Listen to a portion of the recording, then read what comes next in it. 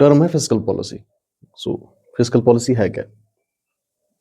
What is fiscal policy?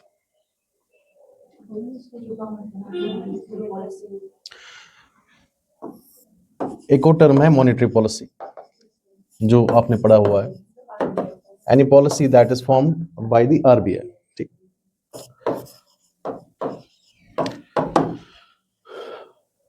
अब बहुत सारी चीजें आप छोड़ दीजिए जो अभी तक आपने पढ़ा है इकोनॉमिक्स में, प्लानिंग से लेके इन्फ्लेशन टैक्सेशन तक। इसलिए पढ़ा है ताकि ये बजट जो चैप्टर है, टॉपिक है, ये समझ आ जाए। इसकी मेन वजह यही है। अब बजट क्यों इतना इंपॉर्टेंट है? क्योंकि पूरी इकोनॉमी का जो डिपेंडेंसी है वो बजट के ऊपर है। ठीक है, तो बजट ही इकोनॉमी को चला सकता है। और बजट है क्या?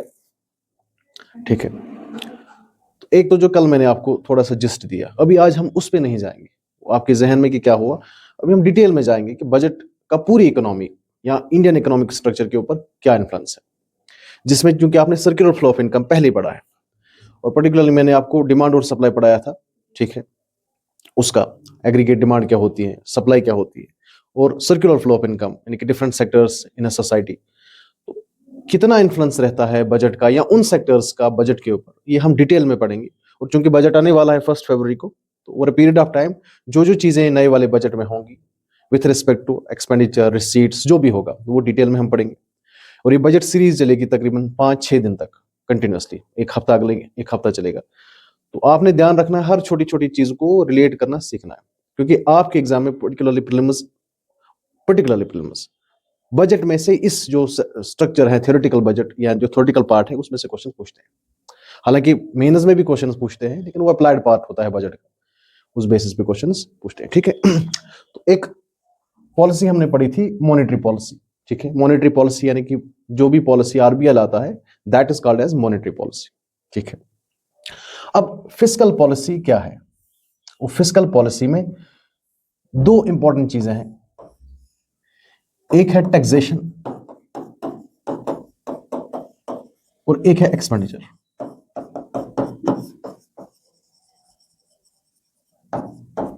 अब फिस्कल पॉलिसी, पॉलिसी मीन्स नीति। गवर्नमेंट जो पॉलिसी लाता है with respect to the taxes, with respect to the expenditures, subsidies, खर्चा कहाँ करना है, टैक्स कैसे लगाना है, उसको हम कहते हैं फिस्कल पॉलिसी। ठीक है, अब फिस्कल पॉलिसी, ये जो दो चीजें हैं टैक्सेशन और एक्सपेंडिचर, ये आपको समझ आ जाता है जब इसको समझते हैं आप, बजट को। ठीक है, तो फिस्कल पॉलिसी समझने के लिए आपको बजट समझना बहुत ज्यादा जरूरी है। ठीक है, अगर आप बजट समझते हैं तो आप गवर्नमेंट की policy with respect to the finances, with respect to the economics समझ पाएंगे। और गवर्नमेंट की policy with respect to the finances या विद रिस्पेक्ट टू इकोनॉमी, दो ही चीजों पे ज्यादातर डिपेंडेंट रहती है, एक टैक्सेशन के ऊपर, दूसरा एक्सपेंडिचर के ऊपर। ठीक है, गवर्नमेंट के पास टैक्सेशन कितनी है, उसकी इनकम कितनी है, और गवर्नमेंट के पास खर्चा कितना करना है, तो इस ओवरऑल प्रोसेस को हम कहते हैं फिस्कल पॉलिसी। अब बजट है क्या? एक तो जो जनरल टर्म है बजट की, जो स्टेटमेंट है with respect to the receipts, with respect to the expenditure, तो एक्चुअली है क्या ये, खर्चा क्या है, रिसीट्स क्या है, ठीक है, इनकम क्या होती है, कहां कहां होती है, कहां से आती है, ये हम डिटेल में देखते हैं। लेकिन पहले गवर्नमेंट के पर्सपेक्टिव से जो बजट है, उससे पहले हम देखते हैं कि घर के पर्सपेक्टिव से बजट क्या माने रखता है। ठीक है, तो अगर हम देखते हैं कि बजट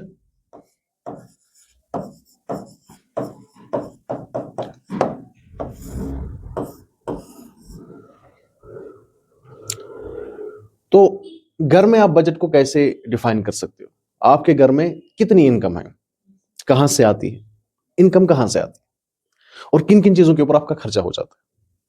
ठीक है, कहां कहां से इनकम आती है और किन किन चीजों के ऊपर खर्चा होता है, ये तो बजट है। तो सबसे पहले कहां कहां से इनकम आती है? एक तरीका है इनकम का, एक बड़ा तरीका है, दैट इज सैलरी। ठीक है, it is one of the methods of income in the house hold. दूसरा, आप किसी चीज से प्रॉफिट कमा रहे हो। ठीक है, क्या कमा रहे हो? प्रॉफिट कमा रहे हो। कहीं पे आपने लॉटरी ले लिया, कुछ और लिया, आपने प्रॉफिट कमाया, या कहीं पे आपने इन्वेस्ट किया था, आपने प्रॉफिट कमाया। It is also source of income, तो ये भी एक इनकम है। तीसरी चीज, इसके अलावा आपने कोई घर, कोई दुकान रेंट पे दिया है, तो उससे जो पैसा कमा रहे हो, that is also source of income. आप समझ रहे हैं मेरी बात? दैट इज ऑल्सो एक और चीज, आपने किसी को लोन दिया है तो उसका आप इंटरेस्ट ले रहे हो, that is also source of income. So घर में सोर्स ऑफ इनकम एक तो सैलरी, अगर आपके घर में कोई बंदा सरकारी मुलाजिम है या कहीं से सैलरीड है तो उसको सैलरी मिल रही है, दैट इज एन इनकम। दूसरा, आप प्रॉफिट कमा रहे हो किसी भी चीज से, तो वो भी एक इनकम है। तीसरा, आप इंटरेस्ट ले रहे हो, कोई चीज दी हुई है, लोन दिया हुआ है तो उससे इंटरेस्ट ले रहे हो। और चौथा, आप क्या कर रहे हो, अपनी कोई चीज रेंट पे दी हुई है तो रेंट ले रहे हो। आपको नहीं लग रहा है कि ये it's sort of factor income? ये जो चार चीजें हैं, it looks like a kind of factor income. यानी कि वो जो फैक्टर इनकम है, एंटरप्रेन्योर, कैपिटल, लैंड और लेबर, तो आपको नहीं लग रहा कि वो becomes a source of income for the house hold? तो अगर हम घर के बजट की बात करते हैं तो घर में जो आपकी इनकम आ जाती है, एक तरीका इनकम का ये है, ओके, तो ये भी एक इनकम है। दूसरा तरीका जो इनकम का है, आपने किसी से कर्जा लिया, वो भी तो इनकम है। आपने किसी से 40,000 रुपया लिया, दैट इज ऑल्सो इनकम। आप समझ रहे हैं, वो भी तो इनकम है। आपने अपनी लैंड बेच दी, सेल की। आपने अपनी कार बेच दी, सेल की। उससे जो पैसा आएगा वो भी तो इनकम है। Are getting point? एक इनकम वो है और एक इनकम ये भी, दोनों इनकम है, ठीक है। वो सैलरी, प्रॉफिट, इंटरेस्ट, रेंट। दूसरा, आप कहीं से कर्जा ले रहे हो या आपने लैंड बेच दी, आपने कार बेच दी, ठीक है। अब ये इनकम है तो घर का खर्चा भी होगा, ठीक है। घर के पास ये इनकम है, सोर्स ऑफ इनकम, जिसमें एक किस्म का सोर्स ऊपर वाला है, दूसरी किस्म का सोर्स नीचे वाला है। अब घर में आप खर्चा करते हो, सबसे पहला आप घर में जो खर्चा करते हो ग्रोसरीज के ऊपर करते हो ना, क्या कर रहे हो, ग्रोसरीज के ऊपर। डे टू डे जो लाइफ है उसमें जो चीजें आप इस्तेमाल करते हो उसमें खर्चा हो जाता है। बात समझ आ रही? या आप अगर कहीं पर रहते हो तो आप रेंट भी दे सकते हो, इसका मतलब आपका खर्चा कहीं पे रेंट देने के ऊपर भी है। एक घर कहीं पे रहता है, रेंट पे रहता है तो रेंट देता है। अगर घर ने लोन लिया हुआ है तो उस लोन का इंटरेस्ट भी चुका रहा है कि नहीं चुका रहा है, तो ये भी खर्चा है। Are you getting my point? तो ये भी खर्चा है। आप घर की डे टू डे लाइफ में जो चीजें हो रही हैं, ग्रोसरीज इस्तेमाल हो रही हैं, बाकी चीजें इस्तेमाल हो रही हैं, उसके ऊपर खर्चा हो रहा है। दूसरा, आपने कहीं लोन लिया हुआ है तो आप उसका इंटरेस्ट पे कर रहे हो। तीसरा, एक तो कहीं पे आप रह रहे हो तो रेंट पे करते हो, यहां पे भी रेंट ले रहे हो, it's a source of income. यहां पे और वहां पे फर्क है, वहां पे आप रह रहे हो कहीं पे रेंट पे तो रेंट दे रहे हो, यहां से आप ले रहे हो। आपकी कोई दुकान है, आपकी कोई जमीन है कहीं पे रेंट पे, तो आप that becomes a source of income. बात क्लियर हो रही? तो खर्चा, घर का खर्चा वो, और घर की सारी इनकम। दूसरा खर्चा घर का, आप कहीं पे लैंड खरीद रहे हो, आप कार खरीद रहे हो। आप समझ रहे मेरी बात? क्या कर रहे हो, खरीद रहे हो। ये जो आपका इनकम है, क्या है, इनकम जो ले रहे हो घर, इसको कलेक्टिवली कहते हैं रिसीट्स। क्या कहते हैं, रिसीट्स। क्या कहते हैं, ये जो इनकम है, चाहे वो सैलरी, प्रॉफिट, रेंट या इंटरेस्ट है, या नीचे वाला डेट, या लैंड सेल हो रही है आपकी, कार सेल हो रही है, तो कलेक्टिवली इसको क्या कह रहे हैं, रिसीट्स। क्योंकि इनकम है, इसको रिसीट्स कहते हैं। दूसरा, आप जो खर्चा करते हो, दो तरह के खर्चे हैं, ग्रोसरी लेते हो घर में, रेंट दे रहे हो, इंटरेस्ट दे रहे हो, प्लस आपने लैंड खरीदी, ये भी खर्चा है, कार खरीदी, ये भी खर्चा है। तो जहां पे खर्चा हो रहा है, that is called as an expenditure. ठीक है। अब सीधी सी बात है, दो टर्म्स हैं, एक को कहते हैं एसेट, एक को कहते हैं लायबिलिटी। एक को कहते हैं एसेट, एक को कहते हैं लायबिलिटी। क्या ये चीजें, ये जो सैलरी, प्रॉफिट, रेंट और इंटरेस्ट आप ले रहे हो, आप सैलरी ले रहे हो, आप इंटरेस्ट ले रहे हो, आप रेंट ले रहे हो, कहीं से प्रॉफिट ले रहे हो, क्या ये घर के लायबिलिटी और एसेट में कोई फर्क पड़ता है? इससे इससे तो कोई फर्क नहीं पड़ता है। सैलरी से, रेंट से, प्रॉफिट से, इंटरेस्ट से घर के एसेट या लायबिलिटी के ऊपर फर्क पड़ता है? नहीं पड़ता। क्या उस खर्चे से, किस खर्चे से, डेफ, ग्रोसरीज, रेंट पेड और इंटरेस्ट पेड, क्या इससे होने से घर के एसेट या लायबिलिटी के ऊपर फर्क पड़ता है? नहीं पड़ता है, नहीं पड़ता है। जो आता है वो आप खर्चते हो, जो आता है वो क्या करते हो?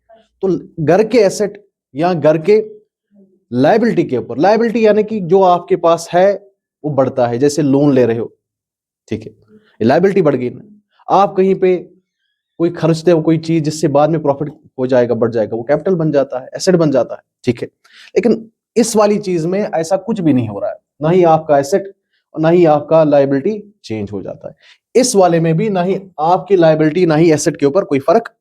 अब इन चीजों के ऊपर जिनकी वजह से कोई भी लायबिलिटी या कोई भी एसेट के ऊपर कोई चेंज नहीं होता, इसको कहते हैं रेवेन्यू। क्या कहते हैं? सो ये क्या हो गया? Revenue receipts. ये क्या हो गया? रेवेन्यू एक्सपेंडिचर, ठीक है। दूसरा, यहां पे डेट है, is a source of income. Land sale की है, लैंड सेल करने के बाद आप पैसा लेते हो, that is a source of income. आपने कार बेच दी तो आपने पैसा लिया, that is a source of income. तो इसका मतलब है आपने कर्जा लिया तो आपकी लायबिलिटी चेंज हो सकती है, आपकी लायबिलिटी क्या हो सकती है? बढ़ सकती है। आपने लैंड बेच दी, लैंड आपका एसेट था, तो चेंज हो गया ना। आपने कर्जा लिया तो आपके ऊपर लायबिलिटी बढ़ गई। आपका एक एसेट था लैंड, उसको आपने बेच दिया, एसेट चेंज हुआ, चेंज हुआ कि नहीं हुआ? तो इस वाले को कहते हैं, क्योंकि ये रिसीट है, इनकम है, लेकिन इसमें एसेट और लायबिलिटी चेंज हो जाती है, इसीलिए इसको कहते हैं कैपिटल रिसीट्स। क्या कहते हैं? Capital receipts. यानी कि अगर लायबिलिटी और एसेट में चेंज हो जाता है तो आप कहते हो capital. If there is change in liability और asset, that is called as capital. If there is no change in liability और एसेट, उसको हम रेवेन्यू कहते हैं। अब चूंकि ये इनकम है, रिसीट्स है, तो ये कहलाया जाएगा रेवेन्यू रिसीट्स। ये चूंकि कैपिटल है, ये रिसीट है, तो ये कहलाया जाएगा कैपिटल रिसीट्स। अब दूसरा, ये लैंड है, आपने लैंड ले ली, खरीद ली, है ना, आपने खर्चा किया। तो जब आपने खर्चा किया, आपने लैंड ले ली, इसका मतलब है एसेट चेंज हो गया, बढ़ सकता है। आपने कार ले ली, आपने कार के ऊपर खर्चा किया, खर्चा तो किया लेकिन किसके ऊपर? कार के ऊपर, तो आपका एसेट बढ़ गया। आपने खर्चा किया लैंड के ऊपर, तो आपका एसेट, चूंकि खर्चा है, क्या है, और यहां पे एसेट और लायबिलिटी चेंज हो जाती है, इसलिए इसको कहते हैं कैपिटल एक्सपेंडिचर। क्या कहते हैं? Capital expenditure. सो ये घर की हालत है, यानी कि घर में अगर आप बजट देखते हो तो बजट देखने का तरीका है कि घर में सोर्स ऑफ इनकम क्या है। तो सोर्स ऑफ इनकम सबसे पहले घर में क्या हो सकता है कि सैलरी, रेगुलर सैलरी होती है। बात समझ आ रही है? आपके पास प्रॉफिट है, आपके पास प्रॉफिट है, आपके पास रेंट आ रही है, आप समझ रहे मेरी बात, आपके पास इंटरेस्ट है, समझ आ रहा है? क्योंकि ये चीजें सैलरी, प्रॉफिट, रेंट और इंटरेस्ट ये रेगुलरली हो रहा है ना, यानी कि बार बार आ रहा है, इट इज कमिंग पीरियोडिकली। आप समझ रहे मेरी बात? It is called as recurring. इसको क्या कहते हैं? रिकरिंग, क्योंकि बार बार आ रहा है ना, सैलरी बार बार आ रही है, प्रॉफिट बार बार आ रहा है, इंटरेस्ट बार बार आ रहा है, आप रेंट ले रहे हो, बार बार आ रहा है, मंथली बेस पे आ रहा है, तो इसको कहते हैं recurring. That is why it is also called as revenue receipt, बार बार आ रहा है। क्योंकि आप डेट, कर्जा बार बार तो नहीं लेते हो ना, नहीं लेते बार बार, कभी कभार लोगे, रोज थोड़ी लोगे। आप थोड़ी रोज अपना लैंड भेजोगे, थोड़ी अपनी कार रोज भेजोगे, कभी कभार होता है। That is why it is called as capital. Receipt तो दोनों है, इनकम तो दोनों है, but one is called as revenue because it is occurring periodically, it is occurring regularly. Second is called capital because it is not occurring periodically, it is occurring seldom. आप समझ रहे हैं? सिमिलरली आपका expenditure, ये daily expenditure है, monthly expenditure regularly होता है। Groceries, आप इंटरेस्ट पे कर रहे हो, आपने लोन लिया हुआ है, उसका इंटरेस्ट पे कर रहे हो, आप कहीं पे रह रहे हो, रेंट पे कर रहे हो, that is why it is called as, क्योंकि एक्सपेंडिचर है but is occurring regularly, periodically, it's called as revenue expenditure. Similarly आप चूंकि एक्सपेंडिचर कर रहे हो लेकिन पीरियोडिकली अब थोड़ी लैंड रोज लो लिखो। दूसरा, इसमें एसेट और लायबिलिटी चेंज हो जाती है। अब चूंकि एसेट और लायबिलिटी चेंज हो जाती है तो हम इसको क्या कहते हैं? कैपिटल। इसमें एसेट और लायबिलिटी चेंज हो जाती है, that is why it's called as. So ये जो है, ये हम घर के पर्सपेक्टिव में ले रहे हैं, ठीक है, ये जो हाउस होल्ड का बजट। अब अगर यही चीज हम नेशनल या कंट्री लेवल पे या गवर्नमेंट, सेंट्रल गवर्नमेंट के लेवल पे, एक पूरे कंट्री के लेवल पे लेंगे तो कैसे कैसे इनकम आ जाती है, तो कहां कहां एक्सपेंडिचर होता है, आप समझ रहे हैं। तो इसी को हम देखते हैं कि बजट अगर हम देखेंगे, सबसे पहले गवर्नमेंट के पास रिसीट्स जो होंगे, पहला होगा रेवेन्यू रिसीट, ठीक है। गवर्नमेंट के पास रेवेन्यू कहां से आएगा, tax,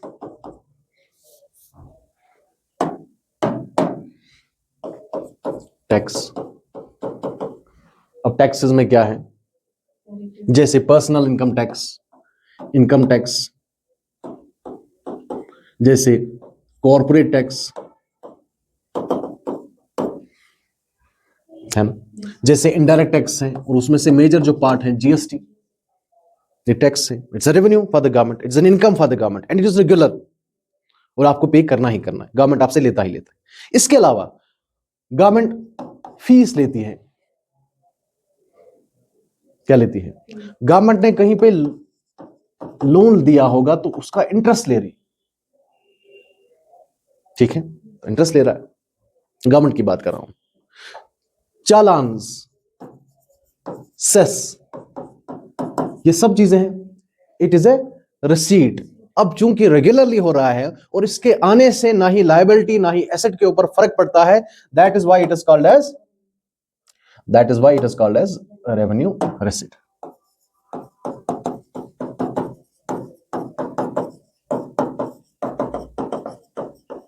So this is called as revenue receipt, ठीक है। It's a source of income for the government. अब इसमें कुछ चीजें टैक्स रेवेन्यू है और कुछ चीजें नॉन टैक्स रेवेन्यू है। Fees is a non tax revenue, challan is a non tax revenue, interest gained is a non tax revenue, but tax revenue is direct tax, personal income tax, corporate tax, GST, it's a tax revenue. Are you getting my point. अब दूसरा है, government इसके अलावा loan लेती है, borrowing कर रही है, यानी कि गवर्नमेंट का कर्जा है, डेट, लोन ले या, वो भी एक इनकम है। क्योंकि घर में हम लैंड की सेल करते हैं, कार की सेल करते हैं, गवर्नमेंट भी अपने किसी एसेट की सेल करेगी, because land for a house hold is an asset. Similarly something would be an asset for the government. तो गवर्नमेंट के लिए कोई चीज एसेट होगी, उसकी वो सेल जब करता है उसको कहते हैं डिसइन्वेस्टमेंट। क्या कहते हैं, disinvestment. Are you getting my point. अब ये जो डेट है ये दो तरह के होते हैं। एक डेट होता है इंटरनल डेट या इंटरनल बोरोविंग जिसको कहते हैं। इंटरनल बोरोविंग यानी कि गवर्नमेंट ऑफ इंडिया, भारत सरकार इंटरनली कहीं किसी इंस्टीट्यूशन से, किसी ऑर्गेनाइजेशन से लोन लेता है, जैसे आरबीआई से लोन लेगा या कमर्शियल बैंक से लोन लेगा या किसी नॉन बैंकिंग फाइनेंशियल कंपनी से लोन लेगा, ठीक है, किसी भी, वो इंटरनल होगा। दूसरा होगा external borrowing. Government of India बाहर किसी ऑर्गेनाइजेशन, आईएमएफ से लोन लेता है, वर्ल्ड बैंक से लोन लेता है, but collectively it is called as debt. ये कर्जा ही गवर्नमेंट के लिए, ये वापस करना है। आप समझ रहे मेरी बात। सो कलेक्टिवली दीज टू थिंग्स, क्योंकि इसमें एसेट और लायबिलिटी चेंज हो जाती है गवर्नमेंट के लिए, तो इसको हम कहते हैं capital receipts, because these are receipts, these are revenue, these are income, that is why it is called as receipt, but the asset and the liability is changing, hence it is called as capital. Are you getting my point? So first, now come to the expenditure. Government का expenditure क्या है? अब what would be the expenditure of government? Government की expenditure क्या होगी? खर्चा किस पे करता है गवर्नमेंट? नहीं, इंफ्रास्ट्रक्चर पे खर्चा करेगा, वो तो एसेट और लायबिलिटी। मैं कहता हूं कि पैसा आ गया, ये पैसा आ गया उनका, तो खर्चता है।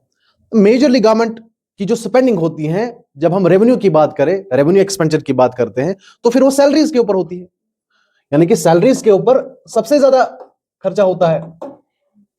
अब सैलरीज कौन, सरकारी मुलाजिम, गवर्नमेंट के लिए जो काम करते हैं उनको पैसा देना, उसके अलावा सब्सिडीज प्रोवाइड करना to the public, to the people, वो भी एक खर्चा है। जब हम सर्कुलर फ्लो ऑफ इनकम पढ़ते हैं तो मैंने आपको बताया था कि गवर्नमेंट का जो खर्चा है, एक्सपेंडिचर जो है, वो consumption of goods and services, उसमें से सैलरीज भी आती है। क्या आती है? जो एक्सपेंडिचर गवर्नमेंट का है उसमें सैलरीज भी आती है, उसमें सब्सिडीज भी आती है। आप समझ रहे हैं? तो सब्सिडी भी एक खर्चा है, गवर्नमेंट करती है। सैलरी खर्चा है, अपने मुलाजिम को तनख्वाह देना है। प्लस गवर्नमेंट ने अगर कोई लोन लिया होगा, क्या लिया होगा? लोन लिया होगा। अगर आप कोई लोन लेते हैं, for example I am individual, मैंने लोन लिया है और उसका मैं इंटरेस्ट पे कर रहा हूं, सिर्फ इंटरेस्ट, लोन का प्रिंसिपल अमाउंट, इंटरेस्ट पे करने से एसेट और लायबिलिटी के ऊपर चेंज नहीं होता unless and until you actually reduce the principal amount. अगर आप प्रिंसिपल अमाउंट रिड्यूस कर रहे हो तो आपकी लायबिलिटी जो लोन की वो कम हो सकती है। इंटरेस्ट पे करने से आपकी लायबिलिटी या एसेट में कोई चेंज, लेकिन गवर्नमेंट के लिए वो खर्चा है। गवर्नमेंट के लिए क्या हुआ? खर्चा है। तो इंटरेस्ट पे करना, इंटरेस्ट पे करना क्या है? It is an expenditure. अब समझे मेरी बात? अब इसमें क्या होगा? इससे कितना एसेट, कितनी लायबिलिटी चेंज होगी? नहीं होगी। आप सैलरी देते हो किसी को, इससे क्या लायबिलिटी एक्सपेंडिचर चेंज होगा? किसी को पेंशन देना, इट्स एन एक्सपेंडिचर, क्या इससे लायबिलिटी एसेट में कोई चेंज होगा? नहीं हो सकता। Are you getting my point? मैं पैसे ला रहा हूं एक जेब से और दूसरी जेब से इनको दे रहा हूं, तो मेरे पास तो है नहीं कुछ। ये बेनिफिशियल तब होता, सिग्निफिकेंट तब होता जब मेरे पास वो पैसा जमा हो जाता है। तो एक तरफ से मैं ला रहा हूं, दूसरी तरफ से दे रहा हूं, तो इससे ना एसेट चेंज हो जाता है ना लायबिलिटी चेंज हो जाती है। तो पेंशन देना, neither creates liability nor reduces asset, neither creates asset nor reduces liability. Are you getting my point? कभी कभार अगर आप देखोगे कोई डिजास्टर हो जाता है स्टेट गवर्नमेंट्स में, स्टेट्स में, फॉर एग्जांपल वेस्ट बंगाल या तमिलनाडु या बिहार या जे एंड के में फ्लड्स आ जाते हैं, फ्लैश फ्लड्स आ जाते हैं, नेशनल डिजास्टर हो जाता है, कहीं पे लैंडस्लाइडिंग हो जाती है, फिर सेंट्रल गवर्नमेंट स्टेट गवर्नमेंट को ग्रांट देता है, ग्रांट काइंड ऑफ एड। तो grant 50,000 crores has been allocated by the central government to the state of Jammu and Kashmir, ताकि रिहेबिलिटेशन जो है पोस्ट डिजास्टर वो हो जाए।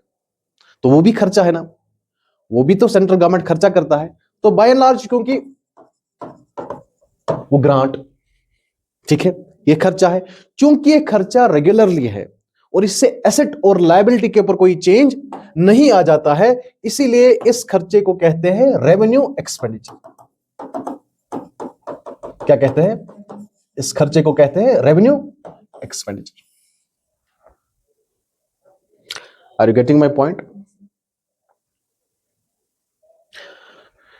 सबसे पहले revenue receipts, the regular income, periodical income of government of India, जिसमें इंटरेस्ट है, जिसमें टैक्सेस हैं, फीस हैं, चालान्स हैं for the government, and it neither creates asset nor reduces the liability, and it's called as revenue receipts.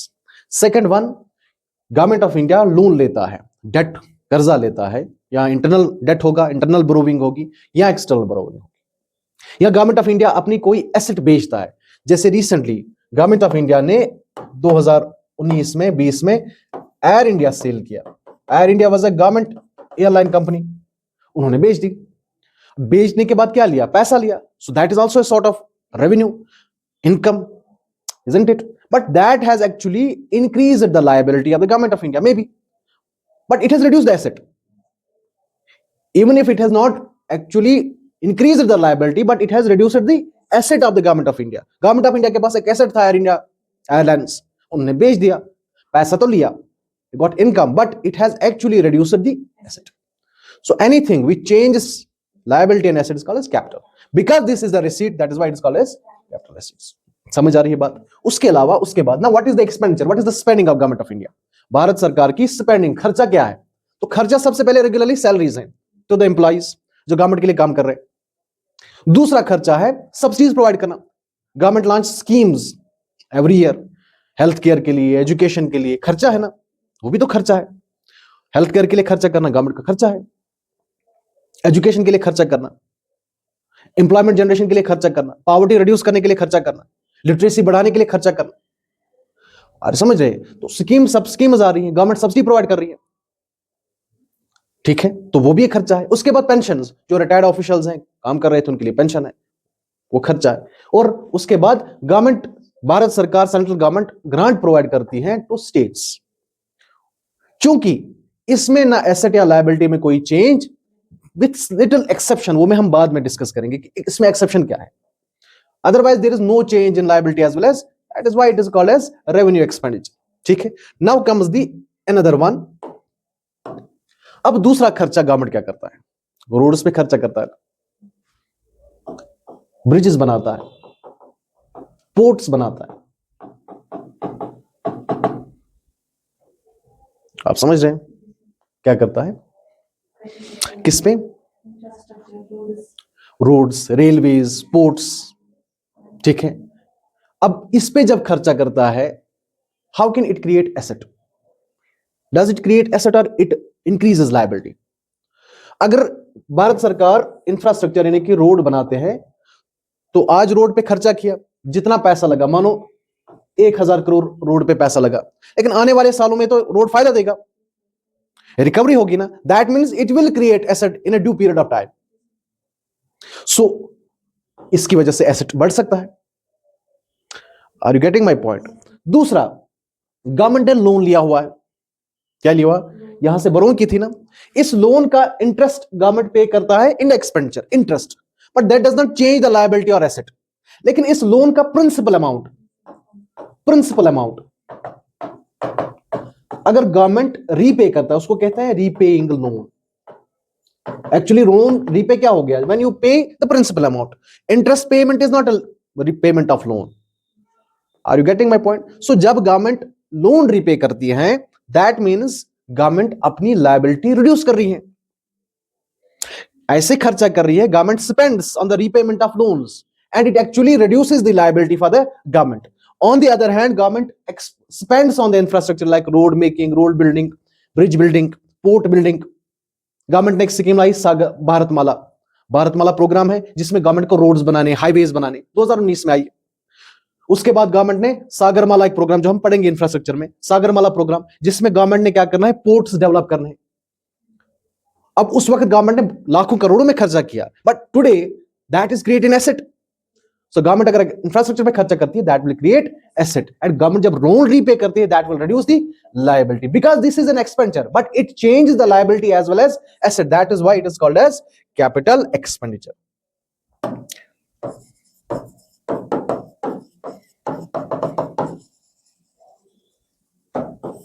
It is called as capital expenditure. अब आप देखिए, this is the total structure of actually the budget.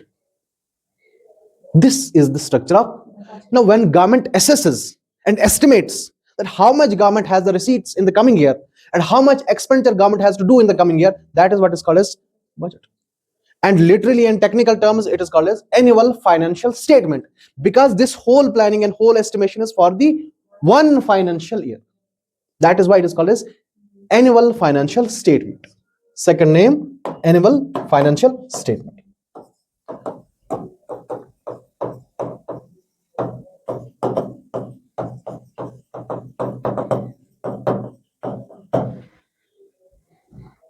It is not a long-term planning. It is 1 year estimate of total receipts and total expenditure. How much total receipts government have and how much total expenditure government has to pay, government has to spend. This estimation, this assessment is called as budget, and in technical term it is called as annual financial statement, because it is backed by the constitutional provision, by the article 112. It is backed by the constitutional provision, article 100. Are you getting my point? This is the structure of budget. Now the process, how this budget moves on from one stage to another stage to another stage to another stage over a period of time. It takes almost 2 months, from February 1st up 31st March. That means complete 2 months to prepare, to formulate, and finally to execute the budget. And in April, May and June, the new budget is implemented for the rest of the year. Are you getting my point? So this is the budget is made. This is what is the structure of budget. यही उस box में होता है जिसमें पूरी details होती है। अब जैसे मैंने यहां पे बताया, सिर्फ इतना ही नहीं होगा। Now there are departments, there is allocation of funds. Government will tell the source of income, how much government has had to levy taxes on the public, how much GST has to be generated, how much income tax has to be generated, how much corporate tax has to be levied, and how much government has the borrowing, both from the internal as well as external borrowing, how much previous debt वो भी consider किया जाता है, उसको exclude किया जाता है. ये हम पढ़ेंगे साथ साथ. अब before going for the process, वो सिंपल सी बात है कि how is it is present in the parliament, then क्या होता है, वो सिंपल सी बात है. इसके बाद आई होप कि आप ये समझ चुके होंगे from the household perspective to the national perspective. ठीक है, this is what is budget. इस पे क्वेश्चंस पूछे जाते हैं. आपसे क्वेश्चन पूछा जाएगा कि disinvestment is part of what? Is it part of capital receipts? Infrastructure spending, expenditure on infrastructure, is it part of capital receipts or capital expenditure? Does salaries create liability or reduce asset? और इस बार भी 2025 में question पूछे थे UPSC prelims में इससे related. तो ये चीज आपने याद रखनी है, आपके सारे जो कंफ्यूजन है वो क्लियर हो जाए. ठीक है, अब आ जाते हैं दूसरी चीज पे. अब मानो गवर्नमेंट की स्पेंडिंग है, वट एवर स्पेंडिंग. अगर गवर्नमेंट की स्पेंडिंग ज्यादा है, गवर्नमेंट की स्पेंडिंग ज्यादा है, खर्चा ज्यादा है, खर्चा ज्यादा है और इनकम कम है. एक फैमिली में खर्चा कम है, ये खर्चा ज्यादा है और इनकम कम, यानी कि income is greater than income is less than spending. That means government of India has less income and more spending. So government analyze करेगा इस साल, अगले साल जो है हमारा खर्चा कम ज्यादा होगा और हमारी इनकम कम होगी. So ये जो बजट होगा इसको हम कहेंगे, कौन सा बजट होगा? It would be budget deficit. क्या होगा? बजट डेफिसिट मीन्स कि कुछ कम हो रहा है, आपकी इनकम कम है और खर्चा ज्यादा है. Deficit means the difference between the income and the spending. Spending ज्यादा है और इनकम. तो वो बजट जो गवर्नमेंट ऑफ इंडिया ला रहा है वो बजट डेफिसिट है. क्या है? Budget deficit. Is it? दूसरी चीज, गवर्नमेंट कह रहा है कि इस बार जो हमारी इनकम है, जितनी इनकम है उतना ही हम खर्च रहे, जितनी इनकम है उतना ही हम खर्च रहे, यानी कि हमारी इनकम और हमारी स्पेंडिंग ये बराबर है. ठीक है, तो इस बजट को आप क्या कहेंगे? इस बजट को नाम देते हैं बैलेंस्ड बजट.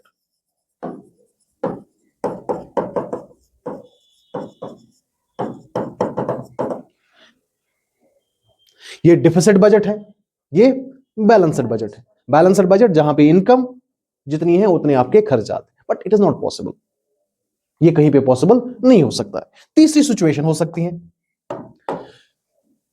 कि आपकी इनकम, गवर्नमेंट ऑफ इंडिया की income would be greater than the spending.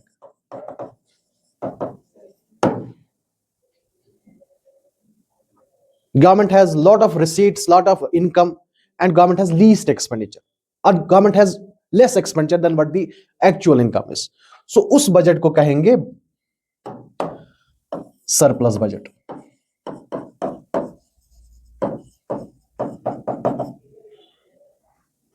तीन तरह की सिचुएशंस हैं बजट की. एक बजट डेफिसिट, दूसरा बजट बैलेंस्ड बजट और तीसरा surplus budget. Now tell me, in any ideal situation, एक कंट्री जिसकी पॉपुलेशन 145-150 करोड़ के नजदीक है, आपको लगता है कि बजट बैलेंस होगा? नहीं हो सकता है. आप घर में अगर आप बजट बनाते हो, you can never be assured कि आपकी जो इनकम है उतना ही खर्चा होगा. There can be lot of uncertainties. कभी हेल्थ इश्यूज हैं, कभी कोई डिजास्टर होता है, गॉड फॉरबिड. वैसे ही गवर्नमेंट ऑफ इंडिया या भारत सरकार एक मुल्क के लिए जब बजट बनाती है तो it can never be possible कि बजट क्या होगा? बैलेंस्ड होगा. तो ये पॉसिबिलिटी नहीं है. It can be possible ideal situation, practical में ये पॉसिबल. दूसरी सिचुएशन, क्या सरप्लस बजट हो सकता है? ऑब्वियसली हो सकता है. क्या आइडियल सिचुएशन? हाँ, आइडियल में भी हो सकता है, प्रैक्टिकल सिचुएशन में भी हो सकता है। अब सरप्लस बजटिंग कहां पे हो सकती है कि आपकी इनकम बहुत ज्यादा है और स्पेंडिंग, इसका मतलब है आपके मुल्क में प्रोडक्शन बहुत ज्यादा हो रही है और उससे रेवेन्यू बहुत ज्यादा जनरेट हो रहा है, और आपके मुल्क में कंजप्शन बहुत कम हो रही है। कंजप्शन ही होगा ना, स्पेंडिंग मीन्स कंजप्शन, चाहे वो कोई भी कंजप्शन करे। तो इसका मतलब है आप बड़े अच्छे तंदुरुस्त हैं, लोग हैं, आप खाते कम है, आप पहनते कम है, आप इन्वेस्टमेंट कम करते हैं, आप घर में खर्चा कम करते हैं, हाउस होल्ड खर्चा कम करता है।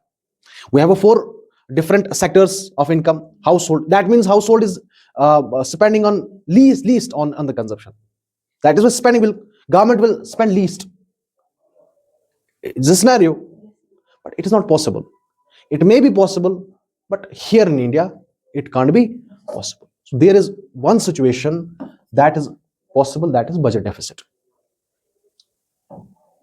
Are you getting my point? Yes. You have less income, or you have income, mano 100 rupees and spending 150. That means there is a deficit of around 50 rupees. Are you getting my point? किसका deficit है? किसका deficit है? Budget का deficit. Budget का deficit. अब ये deficits कुछ types के हैं, ये डेफिसिट्स कुछ टाइप्स, वो टाइप्स क्या है वो हम over a period of time पढ़ेंगे, क्योंकि तब तक बजट भी आ जाएगा कल परसों। तो आज हम देखेंगे कि ये जो बजट सिनेरियो है आपके पास जो रहता है, बजट 3 तरह के होते हैं। क्या होते हैं? एक बजट जो आप ये पूरा स्ट्रक्चर, ये पूरी असेसमेंट 1 साल के लिए करते हो, ठीक है, for 1 financial year, for 1 financial year. What is financial year?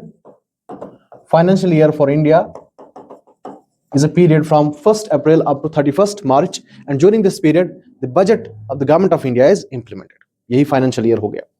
अब अगर ये बजट फुल 1 साल के लिए इंप्लीमेंट हो गया, इसको कहते हैं कंप्लीट बजट, फुल बजट। क्या कहते हैं?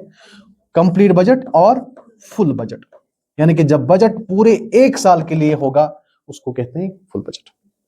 दूसरी सिचुएशन कि कभी कभार मुल्क में कोई ऐसी सिचुएशन क्रिएट हो जाती है, या तो इलेक्शंस हो जाएंगे, जैसे 2024 में इलेक्शंस हुए थे, 2024 में जुलाई में इलेक्शंस हुए थे, ठीक है, तो फरवरी 2024 में बजट आया था, तो उस वक्त की गवर्नमेंट थी बीजेपी, तो बीजेपी गवर्नमेंट ने पूरे 1 साल के लिए बजट नहीं लाया, क्योंकि उनको पता था कि जुलाई में क्या होना है, इलेक्शंस। तो मे बी कि नई गवर्नमेंट आ जाए और फिर वो हमारी जो पूरे, अगर हम पूरे साल के लिए बजट लाएंगे, मे बी वो पॉलिसीज या उन चीजों को या उन प्रोविजंस को कंटिन्यू नहीं करें। और हमें क्या जरूरत है पूरे साल की? हम तो सिर्फ इलेक्शन तक बजट को इंप्लीमेंट करते हैं। तो जब आप लिमिटेड पीरियड के लिए बजट इंप्लीमेंट करते हो पूरे साल के लिए, because of certain situations, either there may be elections in the country, और कुछ अनसर्टन सिचुएशंस हो जाती हैं, जैसे जंग हो जाती है या पेंडेमिक हो जाता है, उस सूरत में आप पूरे साल के लिए बजट नहीं बना पाते हो। आपका खर्चा या आपकी इनकम का बहुत सारा सोर्स, बहुत सारा पैसा अमाउंट कहीं और पे चला जाता है, तो आपके लिए रहता नहीं। वैसे बजट को कहते हैं interim budget. Interim budget means budget for time being, ठीक है। दूसरा। तीसरा, ड्यूरिंग द बजट प्रोसेस, अभी बजट कब शुरू हो जाएगा? फेब में शुरू हो जाएगा, और up to end March budget process चलता रहेगा। इस दौरान गवर्नमेंट ऑफ इंडिया को पैसे की जरूरत पड़ेगी। गवर्नमेंट ऑफ इंडिया को पैसे की जरूरत ऑब्वियसली पड़ सकती है। अब आप कहोगे तो प्रीवियस बजट तो अभी चल ही रहा है ना, लेकिन प्रीवियस बजट का तो पैसा खर्च हो चुका होगा। It is obvious that from April 2025 up to this date 1 फरवरी 2026 बजट का जो पिछला वाला प्रोविजन, उसमें का जितना पैसा, जितनी एलोकेशन थी, वो सब इंप्लीमेंट हो चुकी होगी, या फंड्स रिलीज हो चुके होंगे। अब फंड्स अवेलेबल पिछले बजट के नहीं है। अब जब ये बजट सेशन चल रहा है, इस दौरान अगर गवर्नमेंट ऑफ इंडिया को पैसे की जरूरत पड़ती है, तो फिर वो इसी बजट में से जाना चाहिए ना। तो गवर्नमेंट को पैसा निकलवाने के लिए पार्लियामेंट का अप्रूवल चाहिए। गवर्नमेंट को पैसा निकलवाने के लिए क्या चाहिए? पार्लियामेंट का, यानी कि during the process of this budget budget session अभी फरवरी 1 से लेके 31 मार्च तक अगर गवर्नमेंट ऑफ इंडिया को पैसे की जरूरत पड़ती है, क्योंकि गवर्नमेंट ऑफ इंडिया के पास पैसा नहीं है, कोई पैसे की जरूरत पड़ी, सैलरी देनी पड़ी, 8th कमीशन इंप्लीमेंट करना पड़ा, या कहीं पे कुछ हुआ, ग्रांट्स देने पड़े, उनको पैसे की जरूरत पड़ी, क्योंकि बजट अभी पास नहीं हुआ है। मैंने कल बोला कि पास कब हो जाता है, जब फाइनेंशियल बिल लास्ट पे पास हो जाती है, पहले अप्रोप्रिएशन बिल, फिर फाइनेंशियल बिल, उसके बाद बजट पास हो जाता है। तो अभी वो सब चीजें नहीं, तो उसके लिए गवर्नमेंट को क्या करना है, उसके लिए पार्लियामेंट का अप्रूवल चाहिए, उसके लिए वोट करना पड़ता है कि हमें इतना पैसा चाहिए, इसके लिए वोटिंग हो जाती है। तो गवर्नमेंट को अपनी स्टेटमेंट दिखानी पड़ती है कि भाई कहां कहां आपको पैसा लगाना है, क्या ये जेन्युइन है या गवर्नमेंट झूठ बोल रही है। So government needs parliamentary approval for appropriation of fund for time being. जब तक ना फुल बजट पास नहीं होता तब तक उनको पैसे की जरूरत पड़ती है, उस वाले को कहते हैं वोट ऑन अकाउंट। क्या कहते हैं? Vote on account. So budgets can be of 3 types, one is full budget, second one is interim budget, and third one is, because why is it called as type of budget? Because for time being you need money, you need some amount of budget to utilize it somewhere for time being। आप समझ रहे हो? आपको समझ आ रहा है? ठीक है, तो ये 3 टाइप्स हैं। फिर से रिवाइज करते हैं कि बजट क्या है, एक असेसमेंट है। असेसमेंट किन किन चीजों की? कि टोटल रिसीट्स और टोटल एक्सपेंडिचर। अब रिसीट्स 2 तरह की होती है, एक होती है रेवेन्यू रिसीट्स, एक होती है कैपिटल रिसीट्स। रेवेन्यू रिसीट्स वो रिसीट्स होती है जिनकी वजह से ना ही लायबिलिटी ना ही एसेट के ऊपर कोई चेंज आ जाता है, प्लस ये पीरियोडिकल है, रिकरिंग है, ये बार बार होता है, इसको कहते हैं रेवेन्यू रिसीट्स। दूसरा होता है कैपिटल रिसीट्स। कैपिटल रिसीट्स वो होती है जो आपके सोर्स ऑफ इनकम में से एक है, बट ये बार बार पीरियोडिक नहीं है, प्लस इसकी वजह से लायबिलिटी और एसेट के ऊपर चेंजेस आ जाते हैं। That is why it is called as capital receipts. Capital comes where when there is change in liability और asset। Second one is expenditure. Government makes spending on certain things like salaries, subsidies, like interest, ठीक है, बाकी चीजें, grants। So इन सब चीजों की वजह से गवर्नमेंट के एसेट और लायबिलिटी के ऊपर कोई फर्क, because these are expenditures and hence there is no change in liability or the asset, that's why it's called as revenue and it is periodic। it is क्योंकि आपको बार बार सैलरी वगैरह देनी है। दूसरी चीज, गवर्नमेंट स्पेंड्स ऑन इंफ्रास्ट्रक्चर, अपना पैसा अपना फंड इस्तेमाल करता है इंफ्रास्ट्रक्चर, रोड्स के ऊपर, रेलवेज के ऊपर, पोर्ट्स के ऊपर, ठीक है। और प्लस गवर्नमेंट ने अगर लोन लिया होगा तो उस लोन का प्रिंसिपल अमाउंट गवर्नमेंट पे करता है। So that means here either the asset or the liability changes, either asset increases or liability decreases, and plus this is not periodic, so as there is change in liability, hence it is called as capital expenditure। So these are the 4 types of different things in the budget, receipts and expenditure। दूसरा, उसके बाद हमने देखा कि budget जो है 2-3 तरह के हो सकता है। एक बजट में अगर आपकी मुल्क की स्पेंडिंग ज्यादा है और इनकम कम है तो एक डेफिसिट बजट होगा। Deficit means that there is lack of funds. So जब लेक ऑफ फंड्स है तो आप क्या करोगे? अगर आपके पास खर्चा बहुत है और इनकम कम है, that means there is a gap. उस गैप को क्या कहते हैं? डेफिसिट। सो जो गैप है उसको फुलफिल करने के लिए आप क्या करोगे? उसी गैप को फुलफिल करने के लिए आप कर्जा लेते हो। दिस मीन्स कैपिटल रिसीट्स जब आप इस्तेमाल करते हो वो तब करते हो जब आपकी बजट में डेफिसिट होगा। दिस मीन्स कैपिटल रिसीट्स कब इस्तेमाल हो जाती है? When you take loan either from RBI or external loans from IMF, world bank, when there is deficit, you have analyzed, you have assessed the situation, in coming year there would be deficit, we would not have enough income, enough money to fulfill our spending, so we have to go for, ये पहली assessment होता है, that is why budget is called as an estimate। are you getting my point? कल को questions पूछ सकते हैं। बाकी फिर फिस्कल कंसोलिडेशन क्या होता है, because this is a fiscal policy. Fiscal credibility क्या होती है, आप समझ रहे मेरी बात? एक तो ये। दूसरा, if the government has a deficit, what will government do? To overcome that deficit, government will sell its asset। Government was having its deficit in the financial year 2019-20। What government did? It sold its asset in the form of airlines, Air India। God forbid tomorrow government of India has a deficit, what will it sell? Maybe it may sell railways to some private company to overcome its deficit, to reduce that gap। But because government cannot sell every time its asset, that is why it goes for debt, it goes for borrowing, either from internal borrowing or from external borrowing। depends upon how much money it needs.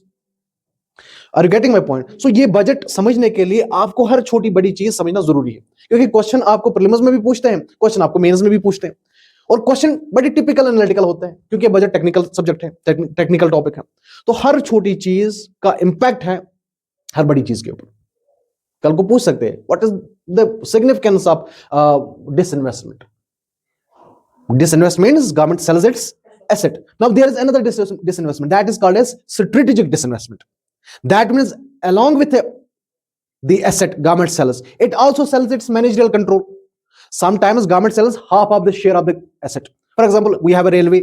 If government intends to sell it, it may sell only 49% of railways. Rest 51% is still held by the government. That means government has not sold its managerial control. But if need is so that government needs to sell the whole of asset or sell its managerial control, then government has to sell 51% of the total shareholding of this railways. That means government has sold strategic control of that particular asset. That is called as strategic disinvestment. आप समझ रहे बात? So to overcome or to reduce the gap in the deficit, government will go for two things: either go for the borrowing debt, or second it will go for disinvestment. That every government does.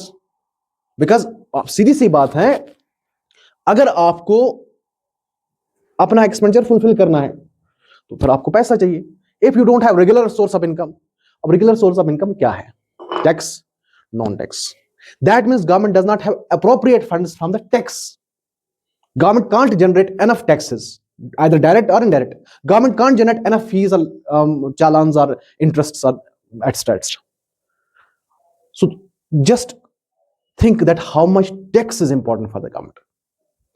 Just think how much these kind of revenues are important for the government. How much fees is important for the government. How much challan is important for the government. How much cess is important for the government. How much surcharge is important for the government. How much GST is important for the government. Because without it, government can't survive. Government can't survive, country may go bankrupt. Because this is the only source for the government that government reduces its debt as well. Government को date reduce करना है, भले ही date का interest reduce करना है, तो कहां से आएगा? वहां से ही आएगा. ऐसा तो नहीं हो सकता ना कि एक लोन चुकाने के लिए दूसरा लोन लेना है, उससे तो डेट बढ़ता ही जाएगा. आप समझ रहे हैं मेरी बात? So this gives the collective narrative of the structure of budget and the policy of the government which is called as fiscal policy.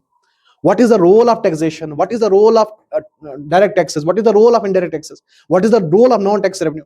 And what is the role of borrowing or debt in reducing the deficit? इधर से आप loan ले रहे हो, क्यों? क्योंकि आपको deficit कम करना है. उधर से वो आपकी लायबिलिटी बढ़ जाती है. इधर से आप डिसइन्वेस्टमेंट कर रहे हो क्योंकि आपको डेफिसिट कम करना है. उधर से वो आपका एसेट रिड्यूस कर रहा है. आप समझ रहे हैं मेरी बात? So it is very much important to analyse the how the government works and how it manages the expenses, how it manages the income, how it manages the debt. और डेट आज का नहीं हो सकता है. Budget is only for 1 year. लेकिन जो आप इंटरेस्ट चुका रहे हो ना, वो पिछले साल का 50 साल पहले वाला जो डेट था उसका इंटरेस्ट चुका रहे हो. 50 साल पहले वो जो लोन लिया था उसका डेट चुका रहे हो. For example, today the government is ruling party is BJP, so that means Modi government is there. लेकिन मोदी गवर्नमेंट एक साल के लिए जो बना रही है बजट, उसमें तो डेट भी लिख रहे हैं ना आप, तो डेट भी कंसीडर कर रहे हो ना. लेकिन इस डेट का कुछ परसेंटेज तो पिछले गवर्नमेंट्स का भी होगा. सो इसका मतलब है गवर्नमेंट वो पिछले गवर्नमेंट्स का भी कुछ चुका रही है. So it is not about the which party is in ruling the country, it is about the government of India. So government of India is paying debts, those debts which it has taken earlier, even 40 years back, 30 years back, और वो dates अभी तक कम नहीं हो रहे. इसका मतलब है वो लायबिलिटी अभी तक रिड्यूस नहीं हो रही. और उसके चक्कर में इस फाइनेंशियल ईयर में अगर गवर्नमेंट को लगता है कि डेफिसिट होने वाला है, then government will go for the sale of its assets. Again it will reduce the asset. Are you getting my point? So this is important. जब आप बजट पढ़ते हो, क्यों ये इंपॉर्टेंट है इकोनॉमी में, और क्यों यूपीएससी के सिलेबस में बजट का बहुत ज्यादा इंपॉर्टेंट रोल है. Budget alongside with economic survey, because it gives the soul of the structure of economy of India. It gives how the government plays and how the government regulates with the expenses, how government operates with the taxes, how government operates with the debt borrowing, how government goes for the disinvestment. That is why it is very much important. So question चाहे mains में हो, question चाहे prelims में हो, budget is the soul of this examination and particularly soul of the economics. और interview में भी आपको बजट के ऊपर क्वेश्चन पूछते ही पूछते हैं. आपको क्वेश्चन डेट के बारे में पूछा जाएगा. इंडिया का डेट कितना है, कितना होना चाहिए, how much debt with respect to the GDP should be. Government, central government का डेट कितना होना चाहिए, और उसके लिए एक एक्ट आया था, fiscal responsibility and budget management, जो हम पढ़ेंगे आगे। एफआरबीएम, जो मैंने आपको बोला भी था शायद, FRBM act 2003। What is the role of government in reducing the deficit, वो डेफिसिट के ऊपर था, how much deficit should be there. आप समझ रहे हैं? सो हर छोटी छोटी चीज क्या है, इसका एक इंपैक्ट, हर छोटी छोटी चीज का। ठीक है, आई होप आपको समझ आया होगा। उसके बाद हमने देखा कि बजट 3 तरह के होते हैं। एक है, अच्छा पहले इधर जाइए, अच्छा इसमें मैंने बोला कि एक तो डेफिसिट बजटिंग होती है, बजट डेफिसिट होता है, दूसरा balance sheet. It can't be possible when a huge population of 150 crore, it can never be possible, because आप खुद जानते हैं हमारे यहां पे 40-45% of the population is associated with the agriculture, and only 17% of that is contributed in GDP. That means very least. How come it be possible for the India to have a balanced budget when you have so much less income from the particular sector? Second, industrial sector में भी कुछ नहीं है, service sector है, तो plus agriculture से उतना tax है नहीं, you have zero taxation on agricultural products. So सीधी सी बात है, so we can't have a balanced budgeting. Third one is surplus. It can be possible in coming years, 10, 15, 25, 30, 50 साल में हो सकता है कि हमारा पूरा इकोनॉमिक स्ट्रक्चर, हमारा जो पूरा मॉडल ऑफ ग्रोथ है वो चेंज हो जाए और सब यहाँ पे स्किल्ड हो और सब यहाँ पे कमाए और टैक्स दें. How is it possible? Am I paying tax? No, because I am not earning enough to pay tax to the government of India. Direct tax की बात कर रहा हूं. But if someday comes that majority of the population of India would be able enough to earn that much amount of money कि वो government of India को tax पे करे. सो अगर 40, 80, 90 करोड़ लोग गवर्नमेंट ऑफ इंडिया को टैक्स पे करती है हर साल, तो उनका इनकम बढ़ जाएगा. सो इनकम बढ़ जाएगा, मे बी उतनी स्पेंडिंग या उतना एक्सपेंडिचर तब भी एक्सपेंडिचर हो जाएगा, लेकिन उतना ज्यादा, because it is possible when people earn, and people earn they pay taxes. That is why income will increase, debt will decrease, borrowing will decrease, disinvestment will stop, investment will take place. So for every step there will be increase in income, so we will have a lot more income and less spending. It may not be the less spending, it may be good spending, but more income. As of now that is not surplus. So then there is only possibility that there may be the deficit, even if it is 5 rupees deficit. Deficit is deficit. ठीक है? So this is the main gist of the budget. Now there is how much types of deficits are there. There are revenue deficit, effective revenue deficit, there is fiscal deficit, then there is primary deficit. 4 types of deficits जो हम over a period of time पढ़ेंगे. अब इसके बाद जो है process. Now this is the budget. It starts in the month of February. पहले in the end of February, from 2022-23, it starts 2017. In fact, it starts from the first week of the February. जो मैंने कल बताया, this budget, this whole thing is prepared by whom? It is prepared by Budget Division, Department of Economic Affairs, Ministry of Finance. So this preparation or the formulation, जिसको हम technically कहते हैं, formulation of budget is done by the Ministry of Finance, Department of Economic Affairs and Budget Division. Because it is backed by the constitutional provision, Article 112 of the Constitution says about the budget. It says actually about the annual financial statement. ठीक है? उसके बाद presentation, because in this budget we talk about what? Taxes. In the budget what we talk about? Taxes. That means anything that talks about the taxes, because budget is a kind of bill. Budget is a kind of, you have to pass it by the approval of parliament. Anything that has to be passed by the approval of parliament is considered as a bill. But because this budget contains tax provisions, the levying of taxes, direct taxes, indirect taxes, any bill that contains a taxation provision is considered as money bill. And any money bill, if it has to be passed, it has to be passed with the prior permission of the President of the India. So the prior permission of President of India is required. And before the introduction of budget, President's speech is mandatory. That means the joint session of parliament is conducted and the President gives a speech. And what is in her speech? That in this year government has done this thing. In the previous year, the government will do this thing. These schemes have been launched. It is all about the achievements of the government of India. And it is the conventional and it is mandatory. आप समझ रहे हैं? उसके बाद फिर budget process शुरू हो जाए. And that we will talk about tomorrow.